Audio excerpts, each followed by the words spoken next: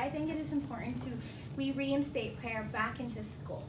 Since the removal of prayer in school in the late 1960s, we have seen a dramatic change in our school system. Many of the schools within our country, prayer has been banned and replaced with a moment of silence or completely taken out altogether. This has been a very conflicting issue we have faced in the United States today. Although statistics have proven over time the rapid decline of morals and rapid increase in crime and violence have continued to increase over time. As I continue, I believe we should all remind ourselves of the founding fathers. This great country was founded on by people who believed in freedom of religion and who used this religion's beliefs to create the backbone of this great nation. If we reinstate prayer back into the school system, it can help children develop and build morality and help guide these students to make the right decisions by making better choices throughout the school year. This once again will remind our children what our great nation was built on and teach them they have a hope to cling to and a set of guiding morals to follow. In the Word of God, it states in Proverbs 22:6, "Train up a child in the way he should go, and when he grows old, he will not depart from it." And in a few moments, you will see how the school systems have tragically been deteriorating since the removal of prayer. First, let's talk about the research. Shows violence is spiking. It is inconstructive to compare the number of school shootings prior to 1963, when prayer was permitted in schools, and the numbers after, when it no longer was it. According to research, the number of school shootings by decade from 1900 until 1970 looks like this: 15, 19, 10, 9, 8, 17. All those were in the 1960s. The increase by a decade after prayer was removed from schools is almost geometric: 30 in the 1970s, 39, 62, and 60, and 145 from 2010 to 2018, with the number growing virally by the month.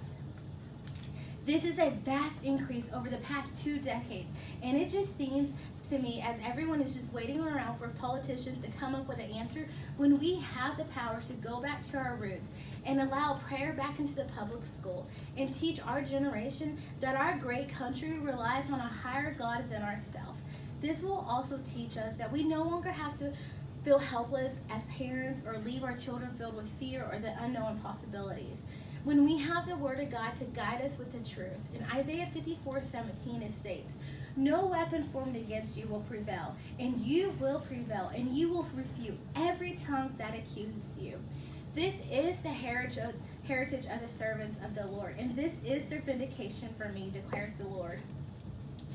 Next, let's talk about bullying.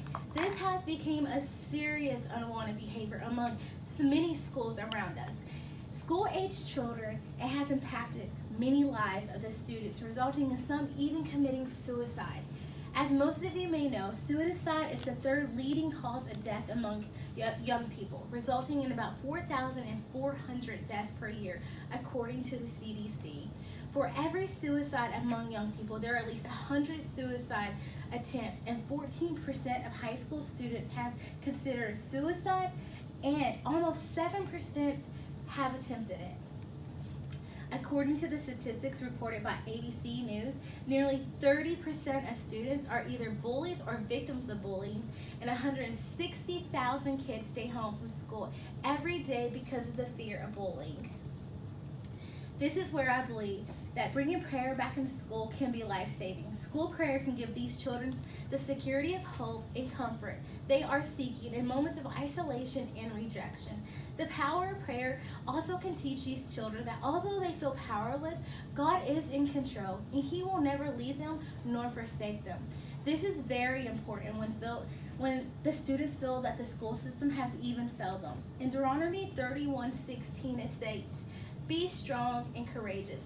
Do not be afraid or tremble at them, for the Lord your God is the one who goes with you, and He will not fail you nor forsake you." Finally, let's talk about the government records that it shows 6 leading problems in our school as of today, ranked in order from 1st to 6th, the issues that we're seeing from 1940 to previously now. We used to see talking at a turn, which has now led to drug abuse, chewing gum, which has now led to alcohol abuse, making noises, which has led to pregnancies, cutting a line. We're now seeing suicide, dress of code violation, robbery, and littering. Now we see assault. My question to you all is, how much more change do you want to see before we humble ourselves and admit we need prayer back into school? You see, we have the power to go back to our roots and allow prayer back in the public schools and teach our generation that our great country relies on a higher God than ourselves. We all know that violence will always be a problem in our school, and there is no one solution, but reinstating prayer can remind these students of their religious beliefs by helping them with the reduction of violence. Today, I have explained the importance of bringing prayer back into the school system, and I sincerely hope that we all acknowledge that there is a power that is greater than ourselves that can help these students in time of trouble and in times of their need in this devastating world. Just as the founding fathers believed and did not exclude the Bible in building our nation and educating our future, we should not either. And as I close, I want to leave you with this. We have the power to make a difference, just as the Word of God says.